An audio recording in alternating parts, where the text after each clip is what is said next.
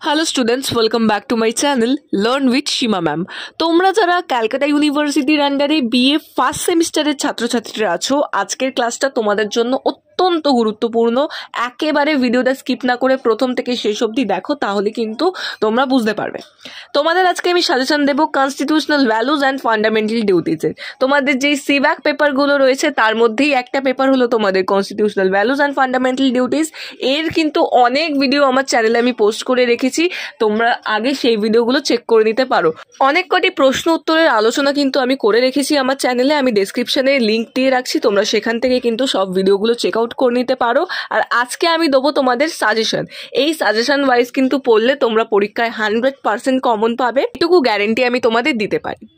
প্রশ্ন শুরু করার আগে তোমাদের বলে রাখি, আমি কিন্তু তোমাদের এই পেপারের অর্থাৎ civic constitutional values and fundamental ডিউটিজের অনলাইন এবং অফলাইন কোচিং ক্লাসেস করিয়ে থাকি। যারা যারা আমার কাছে পড়বে ভাবছো তারা কিন্তু সরাসরি আমার সাথে যোগাযোগ করে নিতে পারো। আমার নাম্বারটি হলো 9163713838। এই নম্বরে কিন্তু তোমরা কন্ট্যাক্ট করে ক্লাসে জয়েন করতে পারো।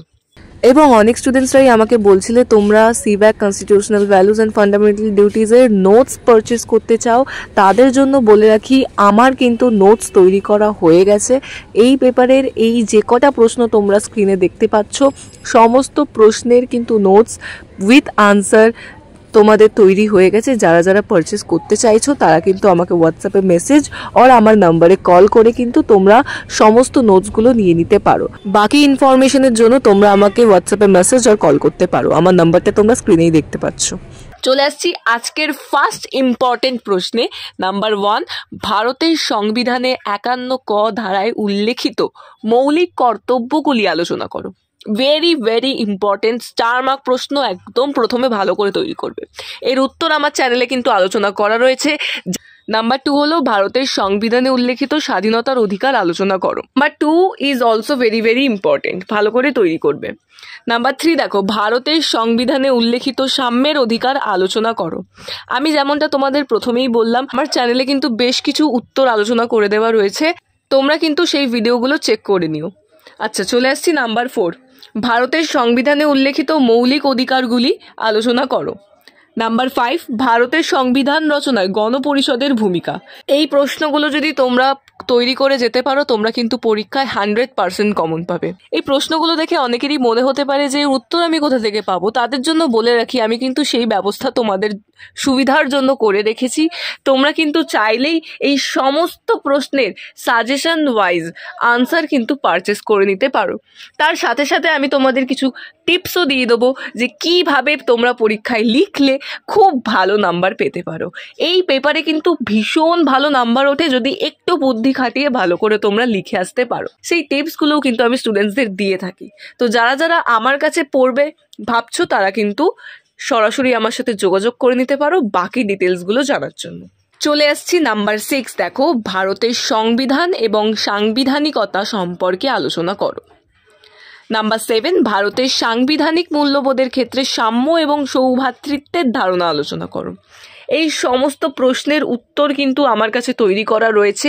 আবারও আমি বলছি, যারা ভাবছো তোমাদের এই পেপারে স্টাডি মেটেরিয়ালস দরকার, তোমরা কিন্তু আমার সাথে কন্ট্যাক্ট করে নিতে পারো। স্ক্রিনে আমার নম্বরটি তোমরা দেখতে পাচ্ছ, প্লাস আমি ডেসক্রিপশনেও দিয়ে রাখছি, যাতে তোমাদের কোনো অসুবিধা না হয়।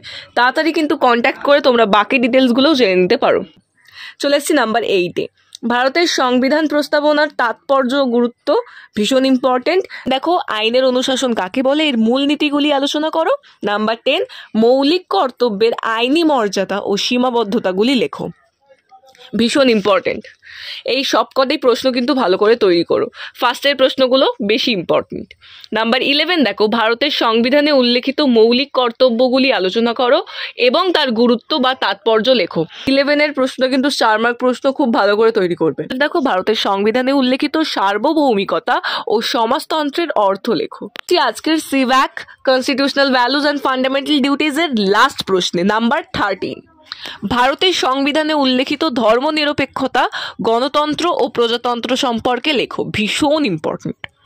ধর্মনিরপেক্ষতা, গণতন্ত্র এবং প্রজাতন্ত্র, তিনটে কিন্তু ডিফারেন্ট প্রশ্ন একসাথে আমি কম্বাইন্ড করে তোমাদেরকে দিয়েছি। তোমাদের আরও একবার বলে দিই, যারা যারা এই প্রশ্নগুলো দেখে ভাবছো এর উত্তর আমি কোথা থেকে পাবো, তাদের জন্য বলি আমি কিন্তু তোমাদের এই পেপারের অনলাইন অফলাইন কোচিং ক্লাসেস করিয়ে থাকি, এবং তোমরা যদি এই স্টাডি মেটেরিয়ালসগুলো তোমাদের দরকার হয় তাহলেও কিন্তু তোমরা আমাকে কন্ট্যাক্ট করতে পারো, আমি তোমাদের বাকি ডিটেলসগুলো তখনই বলে দেবো।